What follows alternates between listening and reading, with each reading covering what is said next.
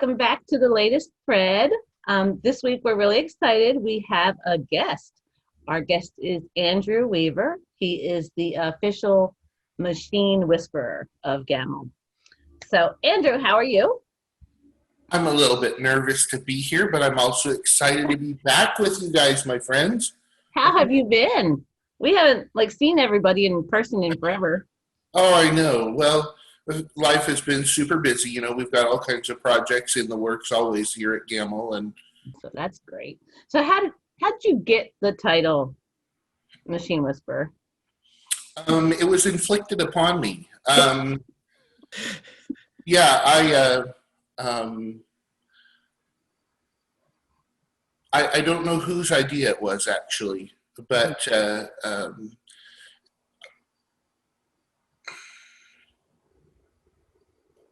yeah, I don't remember. It's a very good title. But it's one of those things where you know, as soon as it was said, everybody was like, "Oh yeah, that's him." Yeah, You know, so that's cool. What are my questions? All right, so what has been your most challenging event, I guess you'd say, of being Machine Whisperer? Is there anything that didn't whisper right back? oh golly, you know, it happens. It does. You know, and after so much you know, service on different kinds of machines, pretty much anything with needle and thread, I have experience with how to make it work. And sometimes I'll be looking at a type of machine that I've worked on many times. Could be a GAML, could be anything, and and I'll just scratch my head and be like, why, you know, why is it behaving this way? And eventually, you know, you puzzle it out and you come to the solution. But sometimes the weirdest things happen. You know, a little tiny rough spot on a part that never normally gets a rough spot, or you know, a shaft that normally spins around and around, and they always do, but this one goes in and out as well because a collar slipped out of place, I think for all types of repair people, the intermittent problem is the most aggravating. You know, somebody says it does this sometimes, and then you go to watch it do it, and it won't. It behaves perfectly. Yeah. So, but I think that's true with any sort of repair situation. If it's intermittent, if you can't make it happen all the time, but even so, on like in the GAML world with our machines, we so seldom have problems that are truly intractable.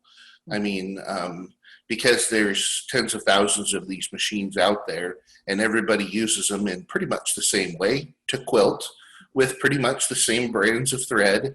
And so, I mean, it may seem like a challenging problem, but you just have to tease out, you know, what's the difference between this one and its neighbor machine down the road that works fine. Mm-hmm. Okay. So what's the coolest place you had a chance to go to service a machine? Well, I ran a service call in Zambia in Africa. Oh, wow. And that was really cool. When I'm that far away from home, it has to be scheduled at a longer period of time so that if I needed a part that I didn't anticipate, that it could be air freighted in while I'm still there. Mm-hmm. And so I got to see, you know, I went to a game park, a game reserve, and saw all the different big animals. And I actually just got a picture from the customer. She sent it to me. They just had lion cubs there. And so people that I know, because I met them when I was there, they're playing with the lion cubs. So it's pretty cool. Very cool. Yeah. Hot. Very hot there, hey? Yeah, but not as humid as Missouri. So, you know. What time of the year did you go? Oh, I'm not really good at specifics. It was hot. I don't remember other than that. So what was have you ever gone on a service where someone thinks that something's really, really wrong, and it turns up to be something unbelievably simple? I hate to say it, but that's super common. Really? Yeah, yeah. There's one service call that I did not that long ago, and the lady is an extraordinarily proficient quilter and famous. She's famous, and I knew her name. And anyhow, she'd had several people look at the machine, and she was, of course, really proficient herself. She knew everything about quilting, and I came out to look at her machine, and I couldn't find anything wrong. I mean, everything was dialed in on the money, as it should be, because a couple people had looked at it, looking for the problem. And but sure enough, it did have a sort of a directional tension problem. So when you would stitch to the right, the stitching might look fine, but you would stitch to the left and the bobbin would kind of flatline a little bit. It wouldn't pull the stitches up into the fabric. And turned out that her bobbin winder had the tension dialed up pretty tight. So the bobbins were winding rock hard. Oh. And with a rock hard bobbin, you'll get that symptom sometimes. And I asked her about it, and she said, well, yeah, she's had it that way for a really long time, and it was just that she wanted to get more thread onto her bobbins.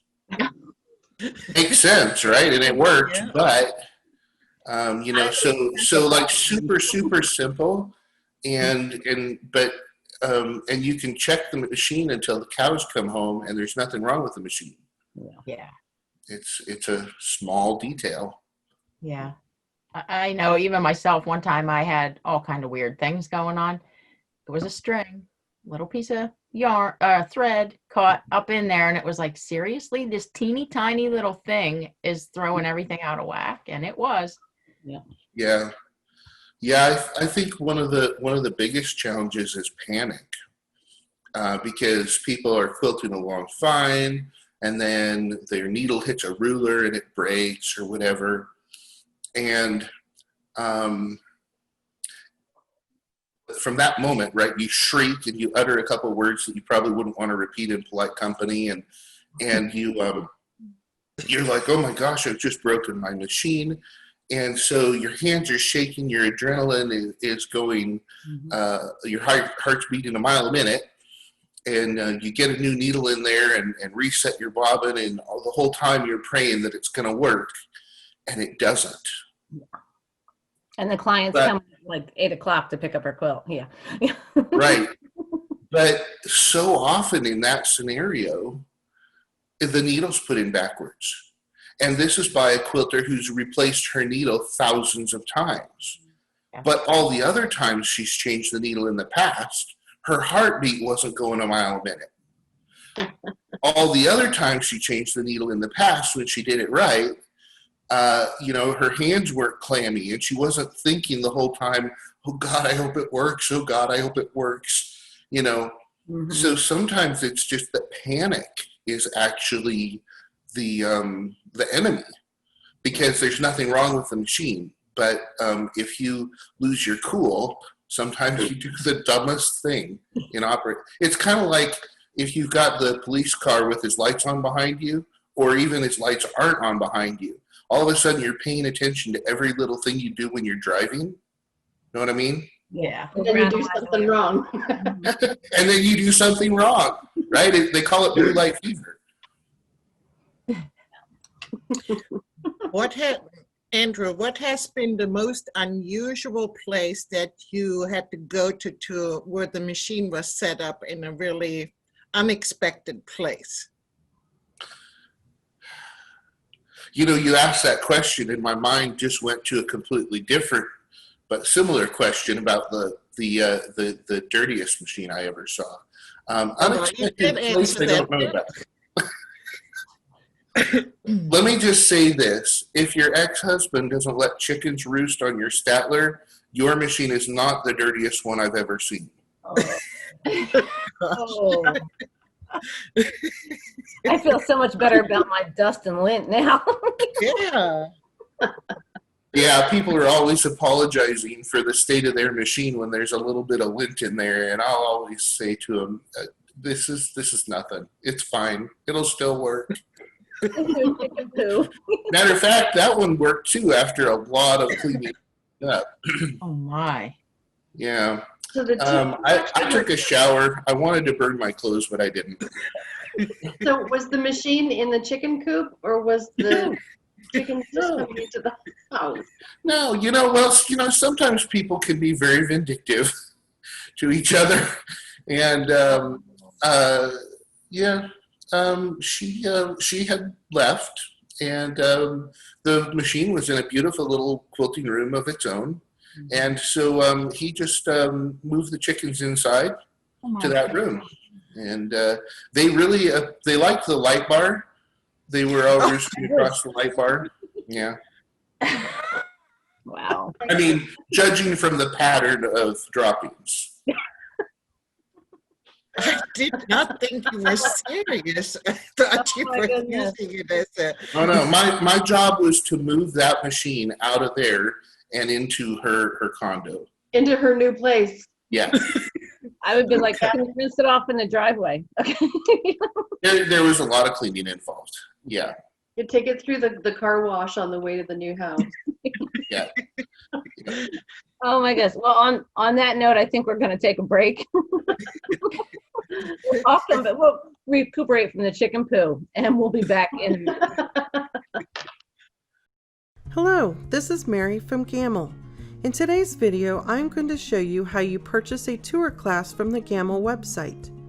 First, you open up your web browser and go to gamel.com. Then click on Education and Support, and then click Online Education. Scroll down a little bit until you come to Browse and Purchase Classes. You can browse through them, but for this one, I'm going to click on a hand-guided class. I'm going to choose Fill It Fast and say Add to Cart. Now you can add as many as you'd like, but for this one I'll just go on to Checkout. This is the screen that you will add your information. Sometimes it might autofill for you, but it's very important that you have an updated email and that you create an account password. Then click Continue to Payment. This screen is where you will add your payment information. After you have verified that everything is correct on your screen, click the I have read and agreed to the complete terms and conditions, and then click Place Order. You will then be directed to the Confirmation Received page, and after 10 seconds, it will automatically take you to the next page. This will show you that your account has been created, and you will need to go to your email to find your username so you can log in. So open up your email and find the one that says your account has been created. Scroll down and there you will find your username. Click back on the tab to open up the previous page and use the link that says click here to access your classes. Then type in your username that you found from your email and the account password that you created, and click Login. This page will show you the list of classes that you have purchased, and you can click on one, and there it is. Have fun creating! Welcome back. I hope you enjoyed that little bit of informational value that you got in that break. And we've got some more questions for Andrew. So Jody, do you have any more questions? Another question? So you were a dealer as well, right, Andrew? Yes.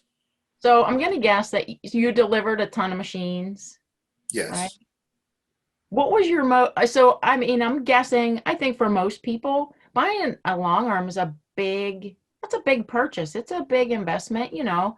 So you probably heard all kind of stories, you know, as to why someone bought it or how they were able to buy it. Was there one thing that stands out to you as like, you know, really struck you, someone's story? Well, there's a few, and often they're not just once, but several times. But I can't tell you too much specifics because a lot of times, it was repeated by different people in different ways. But there's been a number of times that I was setting up someone's machine and or teaching them how to use it, and they would kind of get this misty look on their face or choke up just a little bit, and come to find out that maybe they had a parent pass away recently who left them a little money, and so they'll be like, thanks, Mom. She always wanted me to have this, that kind of thing. It was usually mom or dad, and a lot of times that's because the people that get their Gamel at the first time, they tend to average around 50 years of age, right? Give or take some. And so that's the time of life when a lot of times you lose a parent. And so there's a lot of them, just a ton of them that wanted one for a long time, but they needed that little financial boost to put them up over the edge. And a lot of times the parent had been urging them, hey, do something that's important to you. You should pursue this passion, right? And we're like, oh no, I'm too busy raising the kids. I'm too busy with work. I'm too busy with this and that. I'm taking care of everyone else and not taking care of the things that I need to do for me. And so when dad passes away and leaves them a little chunk, they're like, I'm going to do what he told me to do. and that's actually super common. And it's now that you say that, when I bought my first machine by myself, because my mother-in-law and I bought our first one together, my grandparents had left me not a whole lot of money, a little bit, but I didn't want to spend it, so I'm holding on to this, and when I wanted to get that long arm, he was a super creative person, an industrial designer, and I'm like, he would be okay with me using that money. But I still couldn't let it go, so I kind of borrowed from myself and paid back. But to me, it felt right. So I'm okay to use it for this quilting machine because they would be okay with that. So it's funny how we justify these things to ourselves. But one thing that always helps me, especially when whether it's for private use or whether you're going to run a business, is keeping in mind that when you take a chunk of money and buy something with it, the money's not, you can consider it as spent, but not really. So let's say you took $100,000 and bought a house, which in some places you can do that, in other places you can't do that. 5 years later, generally speaking, you can convert that house back to cash. Most things that you buy, if it's not a service or food, can be converted back to cash, but like a car, that's rough. I mean, you buy it at $40K, 5 years later, you can't sell it for $40K anymore. But with a Gamel machine, the rate of depreciation is so slow that you certainly can buy it, use it for your business, whatever, 5 years later, sell it. Because you go on to a different hobby or something. I mean, it's not like the money is spent and gone forever. It's still sitting there in that machine.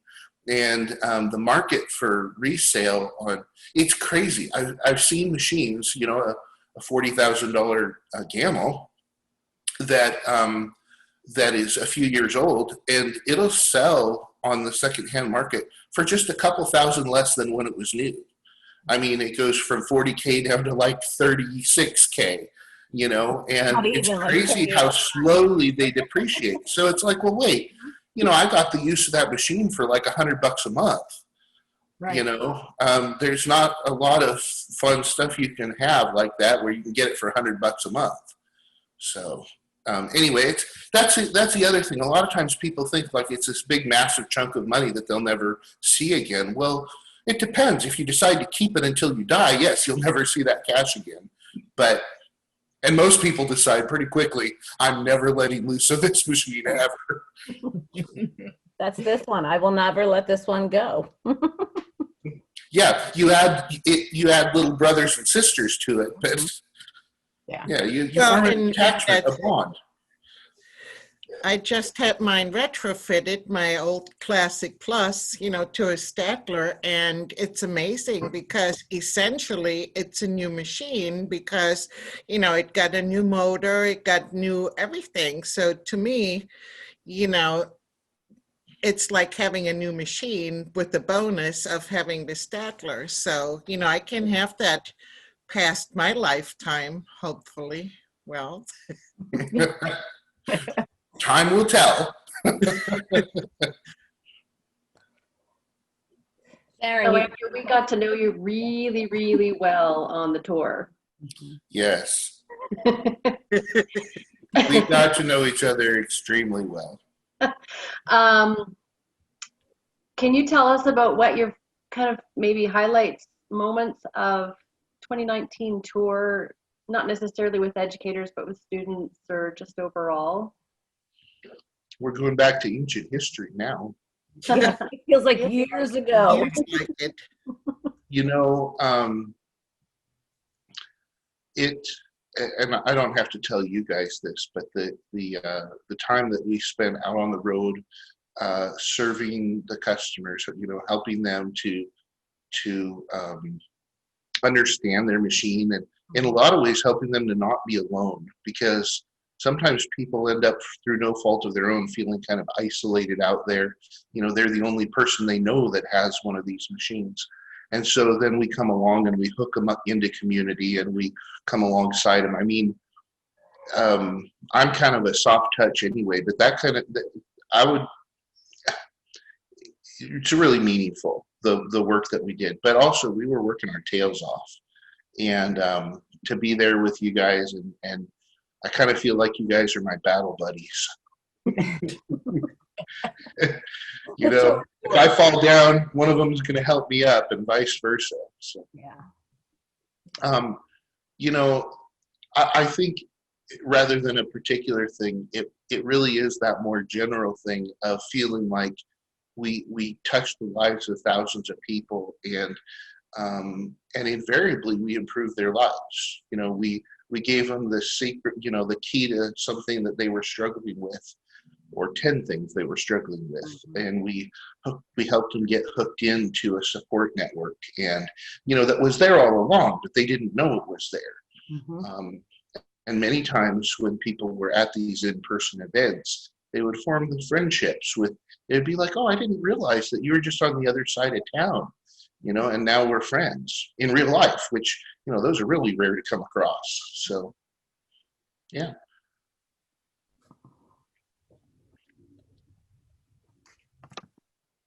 Anybody got anything else? Questions? Yeah. Well, I was also curious about your entrance into the sewing world, just in general, because didn't you repair sewing machines, domestic sewing machines, before you got into the long arm business? Yeah. About that whole transition. Yeah, strangely, I'm not sure that I was born with a set of tools, but certainly in kindergarten I had my own tools.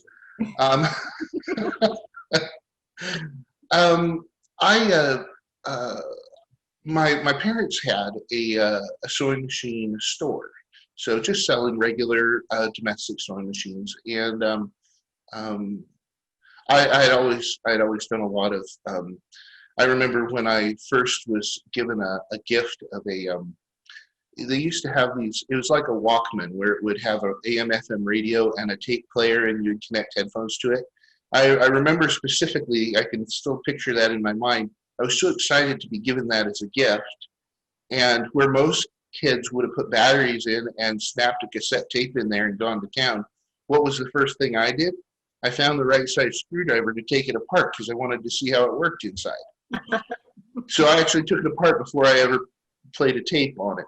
But that's just the kind of kid I was. But when I was quite young yet, I recall that my dad had been working on the same sewing machine for days, and his primary technique, if he couldn't figure it out, was to pray about it and come back later. And so it had been there for days, and he was still trying to figure out why it was doing, completely the wrong stitch. And I kind of walked over and looked at it, and there's this whole mess of mechanical stuff down inside there, because this is before they were computerized. Just, springs, levers, pulleys, belts, cams, gears, everything in there, And I just kind of looked and I said, well, shouldn't the other end of that spring be hooked up somewhere? Because there's a spring laying there with one end hooked, and then the other end was just laying there on the ground. And he hooked it up to what appeared to be where it was supposed to connect on the other side, and all of a sudden it worked. And I've always had I don't know, I just look at things and see how they work. So from the very beginning, but with years and years and years of working in a sewing store, I've seen everything with needle and thread pretty much, and it's amazing. There's an infinite variety of machines there, because if you think about it, sewing machines have been around for, gosh, is it 200 years? It's a really long time, 130 at least. I mean, it depends on where you draw the line as far as mass produced, but a lot of those machines, as long as they're well made, and most of them were, they're still running. Now there's plenty of machines from the 80s and the 90s and the 2000s that are junk, and they'll never last. But there's tons of machines that are, 80 years old and they'll never die. Mm-hmm. So, yeah, as long as you can get parts for them, that's the trick. But no, I mean, what was the question? It was about your entrance into the sewing machine. You were talking about how you love to tinker. Yeah. Well, when it really went crazy was the guy that was working for my parents, who was doing the repair, all the sewing machines. He left to take another job in another town, and he put in 2 weeks notice. And so I actually spent 2 weeks. I was 11 or 12 years old, and I spent 2 weeks with him in the summer, and he showed me some stuff. And from there on out, I just had to figure it out. But kids, I have a lot of respect for how nimble kids' minds are, especially the older I get, and mine is not as nimble as it used to be. And they're just like sponges. You expose them to something, and they'll take it in and remember if they're interested. So I love hearing the stories that you tell. It's always entertaining to listen to Andrew tell a story when we were having a meal. Yeah. Well, the trouble with me talking while we're having a meal is you have to be careful not to laugh while you've got food or drink in your mouth. Wait, that has happened. All right. Ava, you have any more questions? You good? Can't think of something. No. All right. Andrew has a question for us. Oh, you have any questions for us? I was actually thinking that earlier, and I don't. No. We are open books, right? Yep. Well, I know.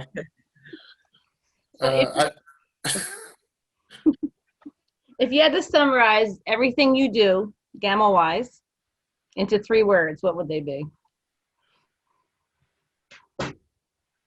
What I'm going to say is that I typically use a plethora of words when a small number would suffice. So summarizing is not really my gift.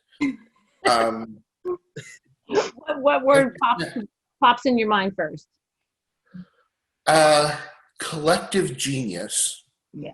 Okay. So one of the things is that we are a community of people pursuing passions, dreams, goals, and a lot of times when you face something and you don't have an answer, that's to be expected. That's normal. And at Gamma, we're always working on things together, and it just blows me away. I mean, I should know this, but I'm always amazed by how you get people with a lot of experience and a lot of passion for the subject, and you get them together, and the collective genius shows up, where somebody says something and that keys somebody else to make a realization. And it's one of the things I love about what I do is the people that I work with and how we work together as a team. Yeah, it's a definite family. It is. It really is. I Yeah. think it So really look at that. I got it in 2 words: collective genius. What are you saying, Jody? I think it really is. You know what I mean? It's not like I think there really is a huge bond within everybody, and even the people like on the tour, because, it really was that feeling of that is very obvious to me anyway. Yeah. And they love that. They, people who doesn't want to be a part of something like that, right? Yeah. Mm-hmm. Well, all righty. I think Andrew's filled our brains pretty good this morning. So we would like to have you on again in the future. So I would love to come again. awesome. So I hope everybody enjoyed this episode, and we'll see you again next time. Bye-bye. Bye. Bye.